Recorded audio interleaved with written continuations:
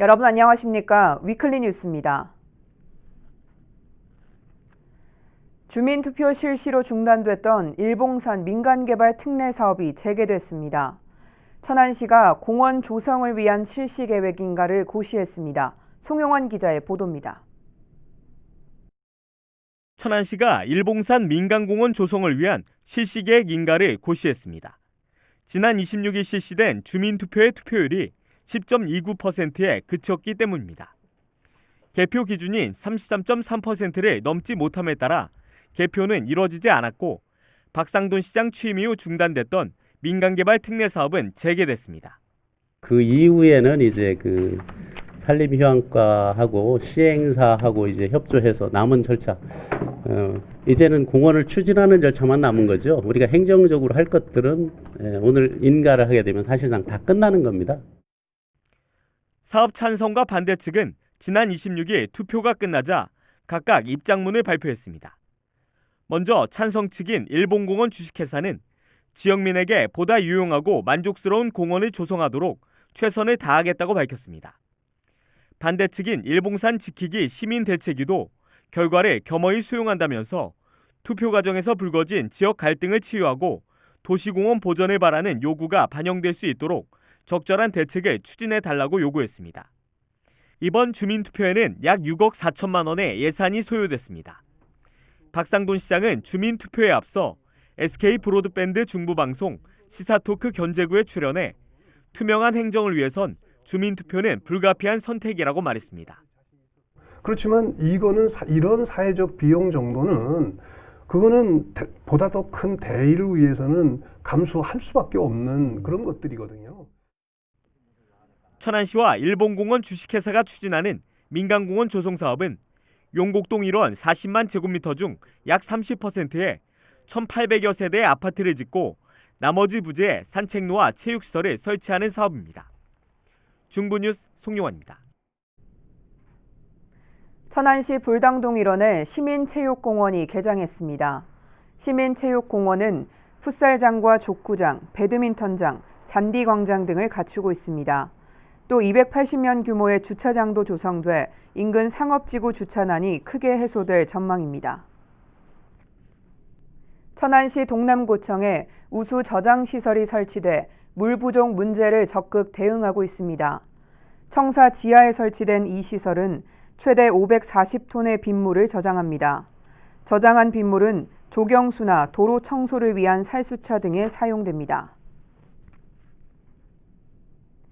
아산시가 원도심 활성화를 위해 배방 임시청사에서 운영하고 있는 아산세무서 이전을 추진하고 있는데요.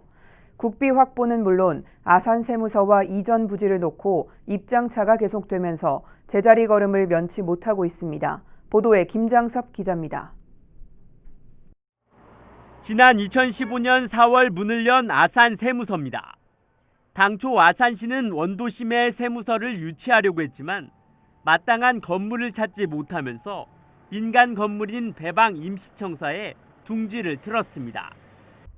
이후 아산시는 세무서 청사를 원도심으로 이전하기 위해 온천지구 도시개발사업지역에 공공청사 부지를 마련하고 정부에 매입을 요청했지만 예산은 아직까지 반영되지 못했습니다. 아산시가 아산세무서를 이곳 원도심에 유치하려고 5년간 노력 중이지만 진척이 없는 상태입니다. 여기에 아산세무서와의 이해관계도 얽혀 있습니다. 납세자의 접근과 편의성 등을 고려할 때 온천지구는 신축 부지로 적합하지 않다는 것. 실제로 지난 2018년 정부 비축 부동산 매입 승인 신청이 아산세무서의 온천지구 내 이전 반대로 제외되기도 했습니다. 이후 현재까지 아산세무서는 기존 입장을 고수하고 있습니다. 이처럼 세무서와의 입장차와 국비 확보가 이루어지지 않으면서 원도심 이전의 난항은 계속되고 있는 상태. 세무서 원도심 이전 의지를 다시 한번 밝힌 아산시는 올해도 정부의 세무서 이전 부지 매입 신청을 검토하고 있지만 반영은 미지수입니다.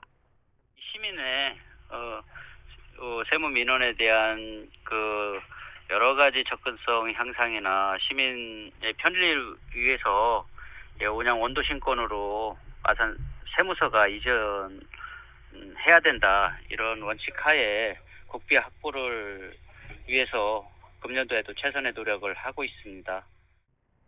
결국 아산 세무서의 이전을 위해서는 아산시와 세무서의 협력이 절실합니다. 중부뉴스 김장섭입니다. 아산시 보건소가 이달부터 셋째 아 이상 출산물을 대상으로 산후치료 관련 의료비를 지원합니다. 지원 대상은 출산일 기준 6개월 이전부터 주민등록이 충남도로 돼 있는 셋째 아 이상 출산모로 출산 후 6개월 이내에 초음파 검사와 한약 처약 등 양의 한의 진료비를 청구할 수 있으며 지원금은 1인당 최대 20만 원입니다. 다만 산후조리원이나 미용 등 산후회복과 관련 없는 비용은 지원에서 제외됩니다. 충남 지역 최초로 간호조무사 재취업 실무 교육 과정이 아산 지역에서 진행돼 호응을 얻고 있습니다. 자격증은 있지만 육아 등으로 경력이 단절된 여성들에게 재취업에 대한 자신감을 불어넣고 있습니다. 보도에 김장섭 기자입니다. 10년 전 간호조무사 자격증을 딴 조대순 씨. 그동안 육아로 인해 일을 할 수가 없었습니다. 오랜 시간 경력이 단절되면서 어디서부터 시작해야 할지 막막했지만 아산 여성 새로 일하기 센터가 진행하는 간호조무사 재취업 실무 교육 과정에 참여하면서 다시 취업에 자신감이 생겼습니다. 집에서 있을 때 안 했을 때하고 실제로 와서 배우는 거는 많이 다르더라고요. 눈으로 보는 것보다 그래도 나 자신이 직접 해보는 게 제 몸에도 가장 잘 몸에 배이고 병원에 실전에 갔을 때도 잘 할 수 있을 것 같아요. 교육생들이 사람 모형을 본떠 만든 마네킹 팔에 혈관을 찾아 배운 대로 직접 주사를 놓아봅니다. 여기는 멸균이 되어 있는 곳이기 때문에 손으로 만진다거나 이렇게 하면 안 되시죠. 근육, 정맥 주사를 놓는 것부터 의료 현장에서 사용하고 있는 의학 용어까지 이달 중순까지 약 2달간 진행되는 교육 과정은 직접 현장에 투입할 수 있도록 실무 중심으로 운영되며 요양원이나 병의원에서의 실습 교육도 진행됩니다. 무슨 책을 보고 하기보다는 실무에 그 병이 구조화될 수 있게 의학 용어를 넣어서 이렇게 바로바로 그런 대상자가 오시면 머리의 구조화가 될 수 있게 그렇게 교육하는 것을 중점으로 두었습니다. 충남 지역에서는 최초로 실시되는 교육 과정으로 아산 여성 새로 일하기 센터는 교육이 끝나면 아산 지역 내 병의원과 요양원에 취업할 수 있도록 지원할 계획입니다. 라이센스를 갖고 계시는 훈련생으로 구성을 해서 현장 실습을 할 때 진짜 실무를 경험하고 이제 배울 수 있도록 도와드립니다. 그래서 이제 부족했던 부분을 다시 연습하고 진짜 실무 경험을 통해 재취업에 성공하기를 이제 기대하고 있습니다. 간호조무사 재취업 실무 교육 과정이 그동안 자격증은 있었지만 경력이 단절돼 일할 수 없었던 여성 구직자들에게 일할 수 있다는 자신감을 심어주고 있습니다. 중부뉴스 김장섭입니다. 아산시의회 의원실이 반으로 갈라졌습니다. 아산시의회 후반기 의장과 부의장 자리를 모두 민주당이 가져가면서 갈등의 골이 깊어지고 있습니다. 보도에 김장섭 기자입니다. 아산시의회 의원실입니다. 미래통합당 시의원들의 자리가 텅 비었고 책상마저 모두 빠졌습니다. 빠진 책상들은 부의장실로 옮겨갔습니다. 사건의 발단은 후반기 의장단 선출에서 비롯됐습니다. 지난 26일 진행된 의장단 선출에서 후반기 의장에 황재만 의원이, 부의장에는 김희영 의원이 당선됐습니다. 전반기에는 민주당이 의장을, 부의장은 미래통합당이 가져갔지만 후반기에는 모두 민주당이 차지한 겁니다. 현재 아산시의회 16석 가운데 10석은 민주당이, 미래통합당은 6석을 차지하고 있습니다. 여기에 민주당이 4개 상임위원장 중 한성만 미래통합당에게 배분하겠다고 통보하면서 갈등의 골은 더 깊어졌습니다. 이에 미래통합당 시의원들은 균형과 견제를 위해 통상적으로 야당이 차지해왔던 부의장 자리까지 가져가는 것은 과욕이라며 민주당을 강하게 비판했습니다. 전반기에는 정말 처음부터 부의장과 상임위원장 주면서 분위기가 좋았는데 이 분위기는 한 사람의 과욕으로서 그 과욕으로서 이 신뢰가 깨졌다면 어느 공간에서 16명이 신뢰가 깨진 공간에서 같은 숨을 쉬기가 쉽지 않을 거 아니냐. 분위기도 그렇고. 이에 대해 민주당 측은 시의원들과 함께 여러 차례 논의한 결과라며 번복은 없다는 입장을 분명히 했습니다.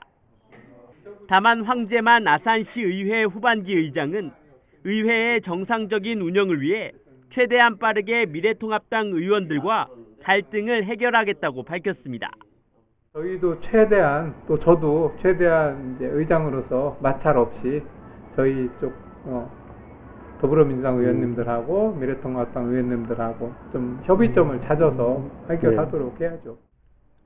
의장단 선출 갈등에 의원실이 반으로 갈리면서 후반기 의회가 시작부터 삐걱대고 있습니다.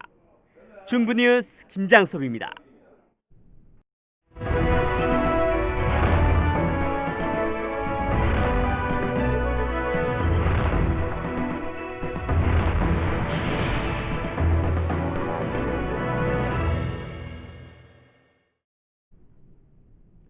임기 반환점을 둔 최교진 세종시 교육감이 지난 2년의 성과와 앞으로의 과제를 밝혔습니다. 안전한 학교 만들기와 전면 무상교육 실현 등을 주요 성과로 제시했는데요. 남은 2년은 어떤 점에 주안점을 두게 될까요? 김우순 기자입니다. 코로나19 감염증 확산 예방을 위해 서면 브리핑을 연 최교진 교육감은 혁신교육 2기 전반기를 포함한 지난 6년 동안 학교를 보다 안전한 곳으로 만드는 데 정성을 기울였다고 자평했습니다. 지난 2016년 유치원을 시작으로 전국 최초로 모든 초중고등학교에 보건교사를 배치했고 또 모든 교실에 고효율 필터가 장착된 공기정화기를 설치했다고 강조했습니다. 학생 한 사람 한 사람의 건강을 더 주의 깊게 살피고 일상 재난이 된 미세먼지로부터 안전한 교육 환경을 조성하는 데 노력했습니다. 또 고등학교 전학년 무상교육을 당초 계획보다 앞당겨 올해 2학기부터 시행하는 등 초중고 전면 무상교육이 이루어지게 됐다고 주요 성과를 밝혔습니다. 또 수차례 교육부 중앙투자심사에서 탈락했던 아름중학교 제2캠퍼스 설립 계획이 올해 최종 확정됨으로써 오는 2022년 3월 개교할 수 있게 된 점도 최대 성과 중 하나로 꼽았습니다. 그러면서 남은 2년의 임기 동안 추진할 학교 급별 역점 정책도 제시했습니다. 먼저 유아교육의 경우 내년까지 나성동 일원에 생태 유치원 한 곳을 추가로 설립하고 금남면 영대리 폐교 부지에 생태 놀이터를 조성합니다. 또 초등교육은 올해 하반기까지 중장기 종합계획을 마련해 1, 2학년의 학급당 인원수를 감축하고 담임교사의 연임제와 중임제를 도입하게 됩니다. 이어 중등교육은 학년별 중심교육 과정을 강화해 교육력을 제고하는 한편 진로진학 프로그램 운영을 강화하기로 했습니다. 끝으로 고등교육은 캠퍼스형 고등학교의 2023년 개교와 함께 세종형 고교 학점제를 임기 내 안착시키는 데 주력한다는 방침입니다. 정부의 심사 준비 등 관련 절차를 밟고 있는 캠퍼스 고등학교 역시 국정과제인 고교 학점제를 한 발 앞서 실현하고 모범 사례를 만들어내도록 2023년 개교를 목표로 적극 추진하겠습니다. 이 밖에 포스트 코로나 시대를 맞아 온 오프라인 교육이 융합되는 미래형 교육과정 개발에도 적극 나설 방침이라고 밝혔습니다. 세종뉴스 김우순입니다. 세종시 지역화폐 여민전의 7월분 발행액이 판매 시작 12시간 만에 판매 완료됐습니다. 세종시는 코로나19로 어려운 지역 상권을 돕기 위해 지난달보다 90억 원이 많은 150억 원을 발행했지만 1일 낮 1시를 기준으로 판매가 완료됐다고 밝혔습니다. 시는 국비 지원 규모에 따라 여민전 확대 발행을 검토 중이며 정부 추경이 통과되고 행정안전부에서 국비 지원 규모가 결정되면 하반기 월별 발행 규모와 환급률을 결정해 시민들에게 공지할 방침입니다. 지난주 더불어민주당 소속 세종시 의원들이 가진 의원총회에서 결정된 대로 제3대 세종시의회 후반기 의장에는 이태환 의원이 최종 선출됐습니다. 전국 광역의회 최연소 의장이라는 기록을 남겼습니다. 김호순 기자의 보도입니다. 제3대 세종시의회 후반기 원구성을 위해 열린 임시회. 의장과 2명의 부의장을 비롯해 4명의 상임위원장을 선출하는 자리입니다. 관심을 끌었던 후반기 의장엔 지난주 민주당 의원총회에서 결정된 바와 같이 재선 의원인 이태환 의원이 18표 중 17표를 얻어 최종 선출됐습니다. 만 34세에 역대 전국 최연소 광역의회 의장이 탄생한 겁니다. 출석 의원 과반수를 득표하신 이태환 의원님이 의장으로 당선되었음을 선포합니다. 이 의장은 세종시의 미래를 위해 일할 수 있게 돼 매우 뜻깊고 영광스럽게 생각한다며 전문성과 경험을 두루 갖춘 의회가 되도록 노력하겠단 말로 후반기 의정 운영 방향을 전했습니다. 후반기 의정 방향의 큰 틀은 세종시가 균형 발전의 상징 도시로서 지속 가능한 미래 가치를 확보해 나가는 것이라고 말씀드리고 싶습니다. 그 기본 틀 안에서 세종시 경제산업과 보건복지, 문화체육예술, 환경과 안전, 교육 등 행정 전반에 대한 세부 계획들이 수립된다면 우리의 다음 세대가 세종시에 안착해 살아갈 수 있는 여건은 지금보다 크게 나아질 수 있을 것입니다. 이어서 진행된 부의장 투표에선 제1부의장엔 노종용 의원이, 제2부의장엔 이윤희 의원이 각각 선출됐습니다.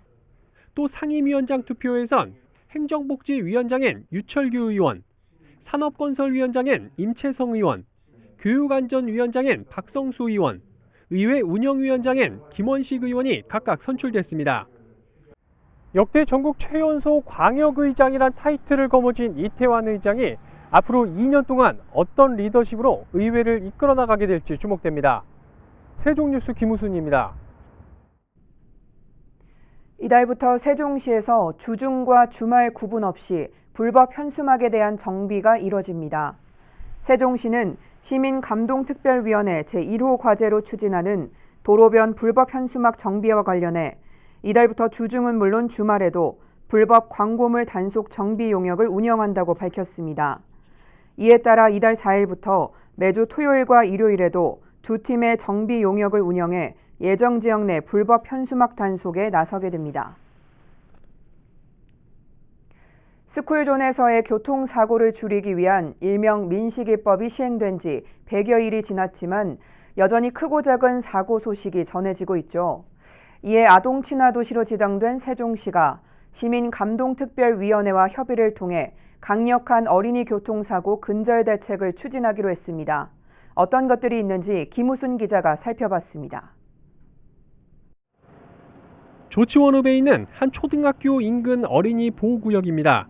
이곳이 스쿨존임을 알리는 표지판이 버젓이 설치되어 있지만 불법 주정차된 차량을 쉽게 찾아볼 수 있습니다. 좀 잘못됐다고 생각해요. 지나가는데 차가 달리고 있어요. 위험하다고 생각하는 친구도 있어요. 불법 주정차는 어린이가 갑작스럽게 도로로 뛰어들 때 운전자가 어린이를 쉽게 확인할 수 없게끔 만들어 사고를 유발하는 주 원인이 되곤 합니다. 이에 따라 어린이 교통사고의 주 원인 중 하나로 꼽히는 불법 주정차 관행을 뿌리 뽑기 위한 강력한 대책을 추진하기로 했습니다. 올해 하반기 중에 불법 주정차가 많은 곳을 중심으로 8대의 단속용 CCTV를 집중 설치하는 한편 안전신문고를 통한 주민신고제를 도입 운영합니다. 또 불법 주정차 금지를 알리는 노면 표시를 대폭 정비해 나가기로 했습니다. 아울러 어린이 보호구역은 아니지만 교통사고가 잦은 곳에서도 강화된 교통안전 대책이 추진됩니다. 단기적으로는 어린이 보행사고가 많은 아름동 학원가 사거리에 스마트 횡단보도와 집중조명이 설치되고 또 장기적으로는 보행 안전거리를 조성하는 방안이 추진됩니다. 아름동에서 만든 해결책은 향후 정촌동, 세lum동 등 다른 곳에도 확산하여 어린이 교통안전 사각지대가 없는 세종시를 만들어 나가겠습니다. 이 밖에 배달 오토바이의 불법 주행과 난폭 운전을 막기 위해 80명 규모의 교통안전 공익 제보단을 운영하고 시내버스와 택시의 블랙박스를 활용한 단속을 강화할 방침이라고 밝혔습니다. 세종뉴스 김우순입니다. 세종시가 코로나19로 어려움을 겪고 있는 소상공인의 경영난 완화를 돕기 위해 올해 하반기 중에 모두 60억 원 규모의 소상공인 자금 지원 사업을 추가로 시행하기로 했습니다. 이로써 상반기 중에 150억 원을 조기 지원한 데 이어 올 하반기 추경을 통해 60억 원을 추가 확보함으로써 모두 210억 원 규모의 소상공인 자금을 지원하게 됐습니다. 지원 대상은 세종시에 사업장을 두고 영업 중인 소상공인으로 업체당 3천만 원 이내의 규모로 충남신용보증재단을 통해 시행합니다. 세종시가 올해 지방자치단체 합동평가에서 우수기관에 선정됐습니다. 이번 평가는 전국 17개 시도가 지난해 수행한 국가위임사무와 국가주요시책 등의 추진 성과에 대해 21개 중앙부처가 공동으로 참여해 실시했습니다. 이로써 지난 2016년 처음 1위를 달성한 데 이어 2017년과 2018년에는 2위에 올랐고 순위 공개 없이 우수기관만 공개하기로 한 지난해와 올해는 연속으로 우수기관의 이름을 올리는 쾌거를 거뒀습니다. 이상으로 뉴스를 마칩니다. 시청해주신 여러분 고맙습니다.